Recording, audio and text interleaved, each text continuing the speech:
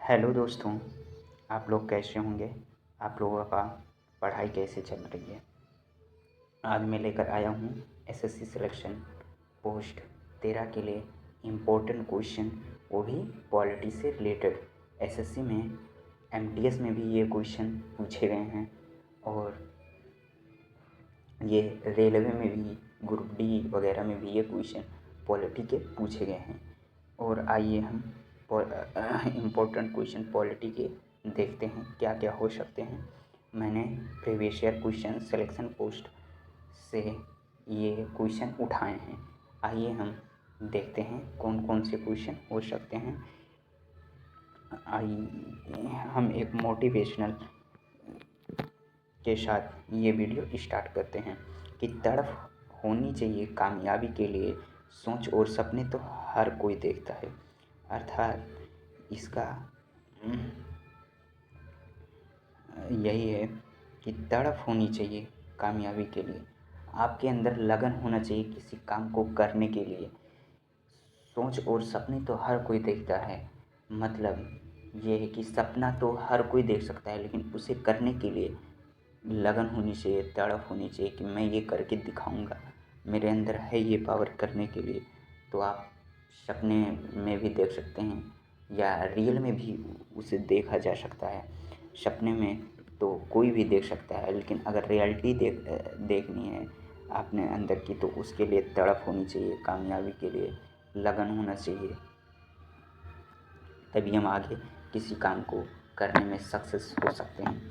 आइए हम क्वेश्चन की तरफ आगे बढ़ते हैं। पहला क्वेश्चन है हमारा कि भारतीय संविधान के अनुसार राष्ट्रपति द्वारा एंग्लो इंडियन समुदाय में कितने सदस्यों को लोकसभा में मनोनीत किया जाता है? पहला विकल्प है 4 को किया जाता है, या 3 सदस्यों को किया जाता है, या 2 सदस्यों को किया जाता है, या 5 सदस्यों को किया जाता है। क्या आप लोग इस क्वेश्चन का आंसर दे सकते हैं? अगर जानते हैं इस क्वेश्चन का आंसर तो आप कमेंट बॉक्स में मुझसे पहले दे सकते हैं। तो चलिए मैं बताता हूँ। तो जो एंग्लो इंडियन समुदाय में जो सदस्यों को लोकसभा में मनोनीत किया जाता है, उसमें 2 सदस्य होते हैं। फिर आगे दूसरे क्वेश्चन की तरफ आगे बढ़ते हैं। इसमें दूसरा क्वेश्चन ये है कि लोकसभा में प्रश्नोग्राह्यता का निर्णय कौन करता है? क्या उपराष्ट्रपति करता है, या प्रधानमंत्री करता है, या उपसभापति करता है, या अध्यक्ष करता है? तो जो लोकसभा में प्रश्नोग्राह्यता का निर्णय करता है वो हमारा अध्यक्ष करता है। आइए हम तीसरे क्वेश्चन की तरफ आगे बढ़ते हैं। तीसरा क्वेश्चन ये हमारा कहता है कि जो प्रथम लोकसभा का पहला सत्र कब से हुआ? क्या 1950 24 जनवरी 1950 से हुआ? क्या 13 मई 1952 से हुआ? क्या 15 अगस्त 1991 से हुआ?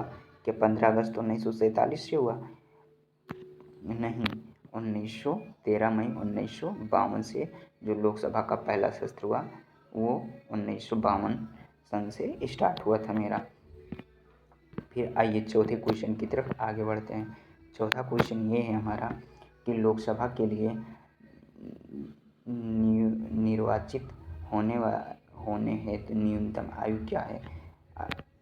मतलब लोकसभा के लिए निर्वाचित होने वाले न्यूनतम आयु को रखा गया है 25 साल। 25 साल। अगर राज्यसभा का न्यूनतम आयु पूछ ले तो राज्यसभा का होता है 30 साल, और अगर विधानसभा की पूछ ले तो विधानसभा की जो न्यूनतम आयु होती है वो 25 साल होती है। अगर विधानसभा की वो पूछ ले तो विधानसभा की जो न्यूनतम आयु होती है वो 30 साल होती है। अगर ग्राम पंचायत की वो पूछ ले कि ग्राम पंचायत में अगर कितना होता है न्यूनतम आयु, तो उसमें होता है 21 साल। अगर राष्ट्रपति का पूछ ले कि राष्ट्रपति का न्यूनतम आयु कितनी होती है, तो जो राष्ट्रपति का न्यूनतम आयु होता है उतना ही उपराष्ट्रपति का होता है 35 साल। ये राष्ट्रपति का होता है भी ये न्यूनतम आयु, और उपराष्ट्रपति का भी होता है। आइए हम पाँचवें क्वेश्चन की तरफ आगे बढ़ते हैं। पाँचवा क्वेश्चन इसमें यह है कि लोकसभा के अधिकतम सदस्य संख्या कितनी है? लोकसभा के अधिकतम सदस्य संख्या कितनी है? तो पहला है विकल्प इसमें 543, फिर है 243, फिर है 550।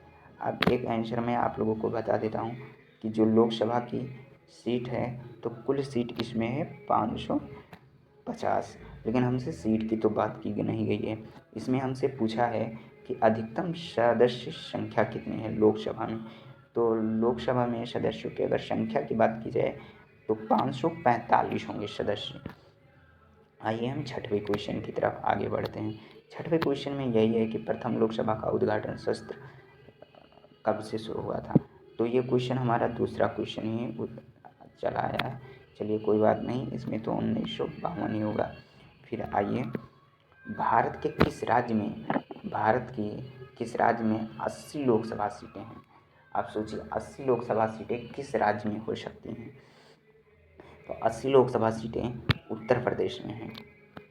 उत्तर प्रदेश में अगर भारत में बात की जाए तो भारत में सबसे अधिक लोकसभा सीटें उत्तर प्रदेश में ही हैं। और अगर राज्यसभा की बात की जाए तो राज्यसभा उत्तर प्रदेश में होगी। तो उत्तर प्रदेश में लोकसभा की सीटें 80 हैं। फिर राज्यसभा की सीटें 31 हैं और उसके बाद विधानसभा की सीटें 403 हैं और उसके बाद विधान परिषद की सीटें 100 हैं। ये सबसे ज़्यादा हैं वो उत्तर प्रदेश में। देश की अगर बात की जाए तो सबसे ज़्यादा जो सीटें हैं, चाहे लोकसभा की हों, चाहे राज्यसभा की हों, चाहे विधानसभा की हों, चाहे विधान परिषद की हों, देश में सबसे ज़्यादा हैं उत्तर प्रदेश राज्य में। फिर आइए हम 8वें क्वेश्चन की तरफ आगे बढ़ते हैं। 8वें क्वेश्चन में ये है कि सरकार बनाने के लिए लोकसभा में कितने सदस्यों की आवश्यकता पड़ती है। अगर हमको सरकार बनाना है तो हमें लोकसभा में कितने सदस्य की आवश्यकता पड़ेगी। तो इसमें हमें 245 की क्या पड़ सकती है। 245 तो बहुत कम सदस्य हो जाएंगे। 272 सदस्य हो सकते हैं, बिल्कुल हो सकते हैं। 302, 303 ये तो बहुत ज़्यादा हो गए। फिर 545, इतना तो हमें लोकसभा की हमारी अधिकतम संख्या ही है। हमारी जो लोकसभा की अधिकतम संख्या है तो 545 है। लेकिन लोकसभा में सदस्य की आवश्यकता कितनी पड़ सकती है अगर हमें सरकार बनाना हो। तो यहाँ पे 272 लोगों की हमें आवश्यकता पड़ेगी अगर हमारा सरकार बनना है तो। फिर आइए 9वें क्वेश्चन की तरफ आगे बढ़ते हैं। 9वां क्वेश्चन ये है हमारा कि राजस्थान में कितने लोकसभा क्षेत्र हैं। अगर लोकसभा राजस्थान की बात की जाए तो लोकसभा में क्षेत्र कितने हैं, 25 क्षेत्र हैं। फिर आइए वेरी वेरी इम्पोर्टेंट क्वेश्चन ये सभी एग्ज़ाम के लिए अगर पॉलिटी की बात की जाए तो पॉलिटी का सबसे इम्पोर्टेंट क्वेश्चन, इस वीडियो का भी इम्पोर्टेंट क्वेश्चन यही है। सबसे इम्पोर्टेंट क्वेश्चन यही है कि अगर विश्व की पहली महिला प्रधानमंत्री कौन बनी थी। तो अगर विश्व की बात करें कि पहले प्रधानमंत्री महिला कहाँ बनी थी और कौन थी, तो यहाँ पे चर्चा किया गया है कि कौन थी। तो श्री मायो बंदमायके थी। ये कहाँ की बनी थी, तो ये हमारे श्रीलंका की बनी थी पहली महिला प्रधानमंत्री। श्रीलंका की बनी हुई थी पहली महिला प्रधानमंत्री। अब आइए हम 11वें क्वेश्चन की तरफ आगे बढ़ते हैं।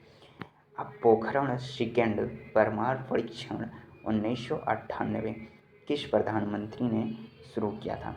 अब क्या आप ये मुझे बता सकते हैं कि 1998 में कौन प्रधानमंत्री था। क्या मनमोहन सिंह थे 1998 में प्रधानमंत्री, क्या अटल बिहारी वाजपेयी थे, क्या राजीव गांधी थे या चरण सिंह थे। आप लोग बता सकते हैं मुझे 1998 में कौन सा प्रधानमंत्री था। अगर आप ये बता सकते हैं कि 1998 में कौन प्रधानमंत्री था तो आप ये बहुत आसानी से बता सकते हैं कि पोखरण सेकेंड परमाणु परीक्षण कौन से प्रधानमंत्री ने करवाया था। तो 1998 में हमारे प्रधानमंत्री थे अटल बिहारी वाजपेयी। यही हमारा पोखरण सेकेंड परमाणु परीक्षण करवाए थे। अब आइए हम 12वें क्वेश्चन की तरफ आगे बढ़ते हैं। 12वां क्वेश्चन में ये है कि भारत के निम्नलिखित प्रधानमंत्रियों में से किसने रिजर्व बैंक के गवर्नर के रूप में भी कार्य किया है। मतलब आरबीआई में ये गवर्नर पद पे RBI, reserve bank of India के गवर्नर भी रह चुके हैं और प्रधानमंत्री पद पे भी कार्य कर चुके हैं।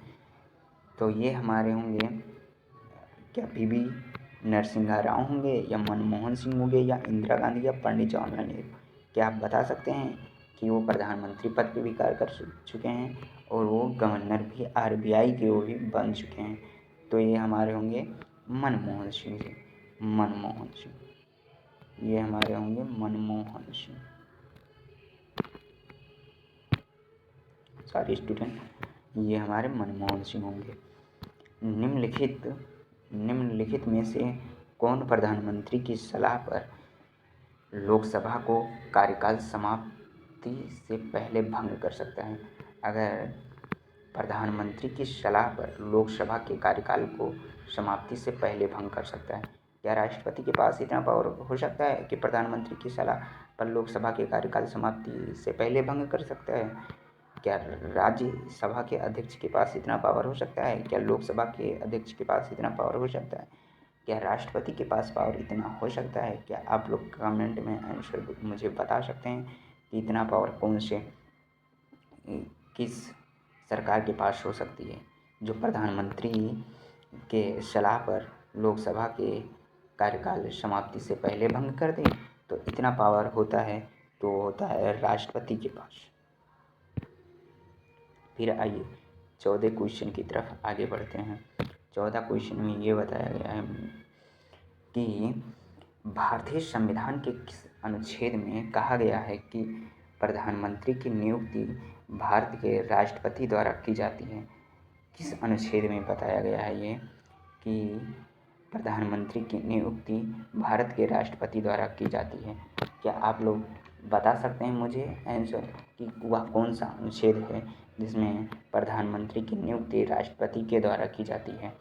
तो ये होगा हमारा अनुच्छेद नंबर 75।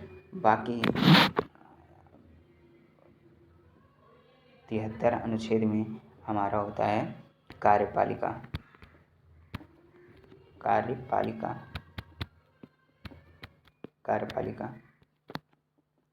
और फिर अनुच्छेद 74 में होता है हमारा मंत्रिपरिषद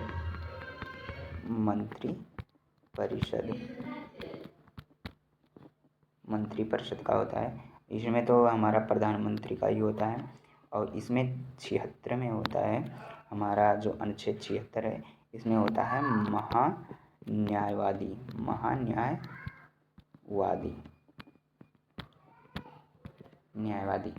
अब सारे अनुच्छेद के मैंने बारे में बता दिया 73 से लेकर और 76 तक। अब आगे चलते हैं 15वें क्वेश्चन की तरफ।